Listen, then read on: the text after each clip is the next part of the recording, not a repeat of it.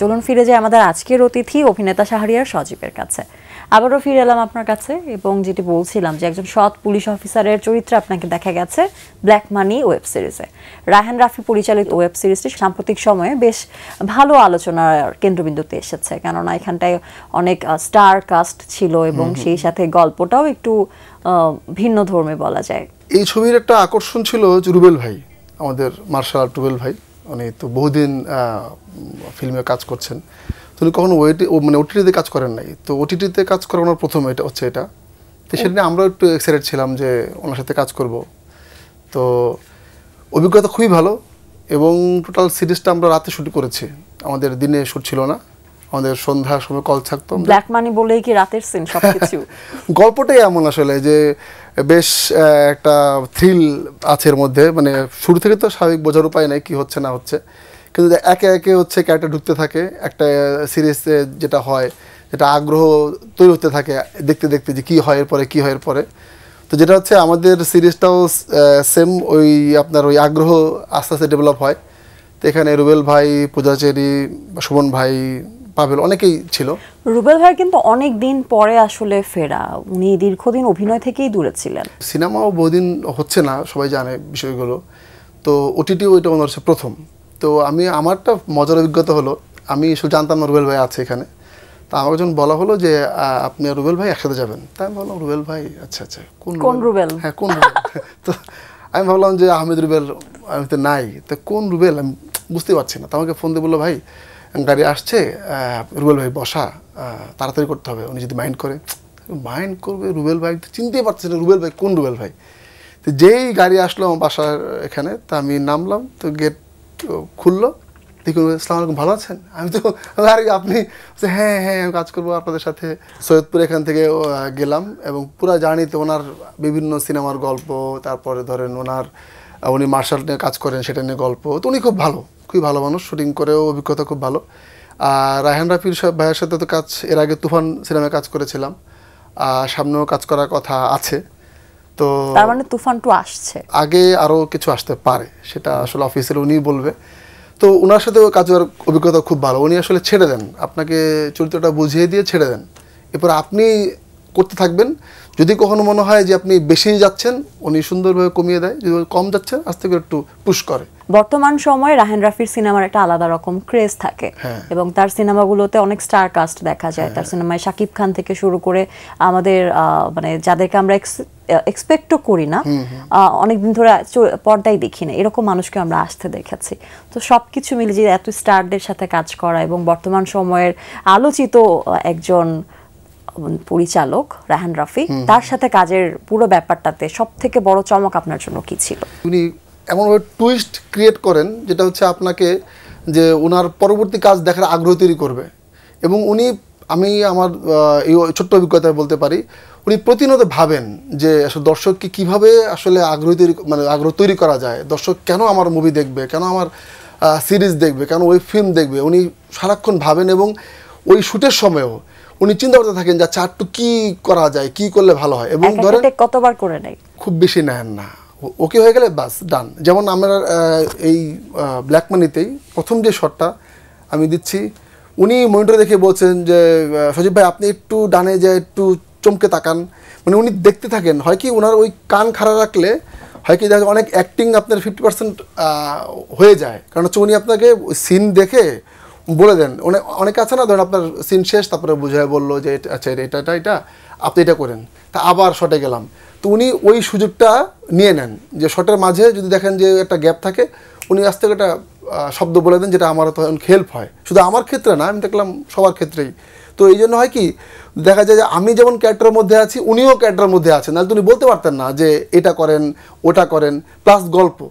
তো দেখা যায় যে ধরেন আমি অভিনেতা, গল্প আর পরিচালক, তখন একটা সংমিশ্রণ হয়ে যায়, তখন হচ্ছে কাজটা করতে ভালো লাগে। বলছিলেন যে সবসময় রাতে শুটিং হয়েছে, দিনে আপনারা কি করতেন? 5টায় কল থাকতো, গেলাম, একজন মেকআপ নিচ্ছে নিতে তখন সন্ধ্যা হয়ে গেল। এরপরে কাজ শুরু, ভোরের দিকে কাজ শেষ। যদি ধরেন কারো শ্যুট শেষ হয় 2টার সময় শেষ হয়, তাহলে সে আসতে তার বাসায় হোটেলে দিয়ে আসা হয়। তো ভোরে কাজ শেষ, এরপরে এসে ধরেন সবাই ফ্রেশ হয়ে একদম ঘুম, তারপর দুপুরের পরে ওঠা, তারপরে ধরেন আজকে কোন কোন সিকোয়েন্স হবে, কোন সিকোয়েন্স আগে কোনটা পরে, সেটা নিয়ে তো স্টাডি করলাম। তারপরে আবার ধরেন লাঞ্চের পরে আবার আমরা। কতদিন শুটিং হয়েছিল আর কোথায় হয়েছিল? সৈয়দপুরে শুটিং হয়েছে আমাদের, মোরললেস আপনার 15 থেকে 20 দিন। ঢাকাও 2 দিন শুট ছিল, এর মধ্যে কাজটা হয়েছে। ব্ল্যাক মানি নিয়ে গল্প শুনছিলাম, আবারও শুনবো অন্য সিনেমার গল্প, অন্য ওয়েব সিরিজের গল্প, কিন্তু তার আগে জানতে চাই আপনার অভিনয় জীবনের কথা। দীর্ঘদিন ধরে আপনি মঞ্চ নাটকের সাথে আছেন, প্রাচ্য নাটকের সাথে আছেন অনেকগুলো বছর ধরে। হ্যাঁ, 2 যুগ হবে প্রায়। তো আমাদের প্রাচ্য নাটের 29 বছরে পা দিলাম আমরা। আমাদের উৎসবের স্লোগান হচ্ছে সৃজনের সংগ্রামে প্রাচ্যনাট। আমাদের যেমন ফেব্রুয়ারির 1 তারিখ থেকে শুরু হয়ে গেছে। 1 তারিখে শো ছিল, প্রতি শুক্রবার শো যাচ্ছে। 21 তারিখে আমাদের জন্মদিন ছিল, সেদিন আমাদের মূল উৎসবটা হয়েছে। আর 28 তারিখ হচ্ছে আমাদের শেষ পরিবেশনা থাকবে, বন্ধুদের গান, নাটকের গান। এবং এটা হচ্ছে যে আমাদের আগামী বছর তো 30-এ পা দিব, তার একটা ধরেন ড্রেস রিহার্সাল বলা যায়, যে সবাইকে একত্রিত করে যে আমাদের সামনের উৎসবটা যাতে আরও রঙিন হয় আর বড় হয়, তার সূচনা করা আর কি। এবং প্রাচ্যনাটের সাথে আপনার যাত্রাটা প্রায় 2 যুগেরও বেশি সময় ধরে। 2001-এর পর থেকে আমার প্রাচ্যনাটের যাত্রা। আর এই যাবৎকালে প্রাচ্যনাটের সব শোতেই মোটামুটি কাজ করা হয়েছে। আপনি তো পর্দায়ও অনেক কাজ করেন, পর্দায় কাজ করছেন, অন্যান্য আরো অনেক অ্যাক্টিভিটিস থাকে, তার সাথে মঞ্চের সবগুলো কাজের সাথে সম্পৃক্ত থাকে, এটা কিন্তু সহজ কথা নয়। একটু অসুবিধা হয়। এই ডেডিকেশনটা আসলে কিভাবে আপনি পেলেন? একটু অসুবিধা হয় না তা না, যেহেতু প্রফেশনালি আমরা অ্যাক্টিং করি, তখন হয় কি, ধরেন আমার একটা ডেট দেয়া, যে হয়তো আমি বললাম যে আমি মার্চের 3, 4, 5 শ্যুট করব। দেখা গেলো আমি আজকে আমাদের যেটা হয় শিল্পকলা একাডেমি বা আমাদের মহিলা সমিতিতে অ্যাপ্লিকেশন করার পরে যেই সময়টা জানা যায় যে আগামী মাসে তখন শো 20 তারিখের পরে বা 25 তারিখের সময়, তখন দেখা গেলো কোনো কারণে আমার যদি ডেটের সাথে মানে মিলে যায়, তখন খুবই অসুবিধা হয়। কারণ হচ্ছে ওইটাও আমার কাজ, এটাও আমার কাজ। তখন যেটা হয়, পরিচালক মাইন্ড করে। কারণ যদি রিকোয়েস্ট করি যে হ্যাঁ আমার শো আছে, এবং শো তো রিহার্সাল করে করতে হয়, তো আগের দিনও আপনার সময় দিতে হয়। আবার রিহার্সাল ছাড়া করলেও খুব একটা মানসিক প্রেশার থাকে। যতই আমি ধরেন আমাদের বেশ কিছু শো, কন্যা, যদি শুরু থেকে আমি ছিলাম না কন্যাতে, 100তম শো হয়ে গেছে, আপনার কিনুকার 50তম শো হয়ে গেছে। কিন্তু হয় কি, আপনি যতই শো করেন, শোয়ের আগের দিন রিহার্সাল না করলে শো করতে গেলে মানে খুব মানসিক একটা যন্ত্রণা তৈরি হয়। আবার ধরুন এমন হলো, ধরুন আপনি ভাবলেন যে আমার যেহেতু কাজ, আপনি শোটা করলেন না, তা আপনার সাবস্টিটিউট কেউ করলো, তখন আবার এক ধরনের ক্ষরণ তৈরি হয় যে আহা আমার শোটা আমি করতে পারছি না, আরেকজন শো করছে, তখন এক ধরনের। এবার একটু জানতে চাই, মানে সামনে কি কি কাজ আসছে? মার্চের 2 তারিখ থেকে সম্ভবত রোজা শুরু হবে। তো অলরেডি এখনই ঈদের কাজ শুরু হবে। অনিমেষ আইচের একটা নির্দেশনায় কাজ শুরু হবে 2 দিন পরেই, রোজার শুরু থেকে। সেটা কি আমরা ঈদেই দেখতে পাবো? হ্যাঁ, ঈদের একটা বেসরকারি চ্যানেলে ওটার জন্য কাজ হবে, ধারাবাহিক যেটা হয় আর কি এখন। আর অলরেডি একটা কাজ করে ফেলেছি ঈদের জন্য। তো এই এখন ঈদের কাজই হচ্ছে। আর ধারাবাহিক একটু এখন তো বহুদিন হলো, একটু দেখে দেখে কাজ করলে ভালো লাগে। ওটিটি প্ল্যাটফর্মে কিছু আসছে কিনা এই ঈদে? ঈদে আসছে না, কারণ হচ্ছে যে এই আপনি জানেন যে এখন যে সময়টা যাচ্ছে, সেই সময়টাতে সবাই একটু ধরে ধরে এগোতে চাচ্ছে, যাতে আপনার হচ্ছে মানটা খুব ইম্পর্ট্যান্ট। কারণ এত কাজের ভিড়ে যদি আপনি এখন দেখেন যে আমাদের অনেক চ্যানেল, অনেক নাটক, কিন্তু গুনে গুনে বলা যায় না যে আজকে আমি কয়টা নাটক দেখলাম। আমি নিজেই তো বলতে পারি না আজকে আমি কোনো নাটক দেখেছি, কারণ হচ্ছে যে সব ব্যস্ত, প্রচুর ব্যস্ত। আর যদি একটু ভালো মানের হয়, তখন আমরা তো মনে রাখি যে আচ্ছা ওটা দেখতে হবে।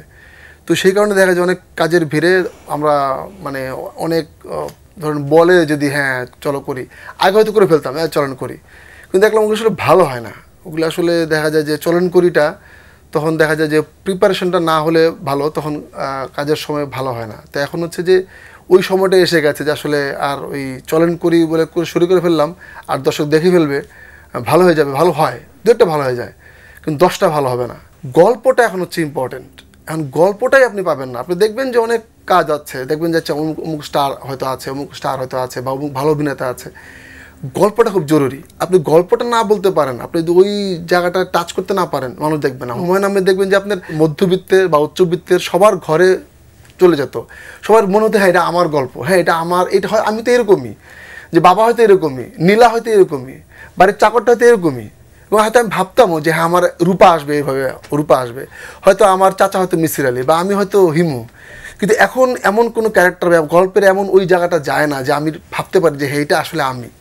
আমার আসলে যেমন ধরেন আমার এখন হঠাৎ করে মনে পড়লো যে বহুব্রী নাটকে যে আপনার হ্যাঁ, তারপর ধরেন কাজের যারা কাজ করতো ওরা কাজের মানুষ না, আসলে ওরা গল্পে আমাদের কাছে হিরোই বলা যায়, যে কাদের চশমা পরে ঘুরছে, যে তারপরে সে বলছে কাজের সত্যিকার অর্থেই কিন্তু তাই। হুমায়ুন আহমেদের নাটকগুলোতে আমরা সব চরিত্রকে মনে রেখেছি, যিনি কাজের লোকের চরিত্র অভিনয় করেছেন তাকে মনে রেখেছি, দারোয়ানকেও মনে রেখেছি, নায়ককেও সমানভাবে মনে রেখেছি। হ্যাঁ, কারণ হচ্ছে প্রতিটা চরিত্র গুরুত্ব ছিল। এখন যেটা হয় দেখেন আপনার বাবা মা খুব মানে প্রয়োজনে একটু আসে আর নাই, অন্য চরিত্র ধরেন ভাই বোন বা চাচা, আমাদের যে ধরেন পরিবার, সেই পরিবার কেন্দ্রিক গল্প এখন আর নাই, দাদা দাদির যে জায়গাটা এটা নাই। তো হয় কি শুধু আপনি প্রধান চরিত্র নারী এবং ধরেন নর নিলেন বা ধরেন হিরো হিরোইন নিলেন, বাকিদের যদি আপনি ওইভাবে গুরুত্ব না দেন তখন আপনাকে হয়তো একটা দুইটা প্রোডাকশন হয়তো আপনাকে টাচ করবে, হয়তো গল্পের কারণে হয়তো বা অভিনয়ের কারণে, কিন্তু আপনি 10টা গল্প আপনাকে তখন টাচ করবে না। ব্ল্যাক মানিতে কোনো মজার ঘটনা আছে কিনা? রাফির সাথে হতে পারে, সেটা হতে পারে পূজাচেরির সাথে। একটা সিন ছিল এরকম যে হচ্ছে পুলিশ থাকবে, তো ভিতরে বস্তাভর্তি টাকা এরকম হোটেলের মধ্যে মানে ভিতরে, তো আমাদের মুকিত ভাই হচ্ছে আমি ওনার সিনিয়র পুলিশ কমিশনার, তো উনি আসবেন। তো উনি আসার পর তো ভিতরে তো বোমের একটা আওয়াজ, বোম ব্লাস্ট হবে, তো বোমের আওয়াজে আমরা ভীত হয়ে যাব। সবাই প্রিপারেশন নিল, দেখা গেল যে ওই 1 2 3 বলার সঙ্গে আমার প্রিপারেশন 1 2 3 সঙ্গে সঙ্গে বোমটা হবে, 1 2 3 মধ্যেই তোর ধাম। এবং হয় কি মানে যারা মানে শুটিং দেখতে আসছে ওরা তো জানা না কি হয় না হয়, ওরা তো চাচ্ছে বোম মনে হবে, একটা ঠুস শব্দ হতে হবে, কিন্তু এমন বিকট আওয়াজ এবং আমাদের রিয়াকশন, ওরাও ভয় পেয়ে ধরে একদম পুরা আমাদের মনিটরের মধ্যে ক্যামেরার মধ্যে ঢুকে ঢুকে একার অবস্থা।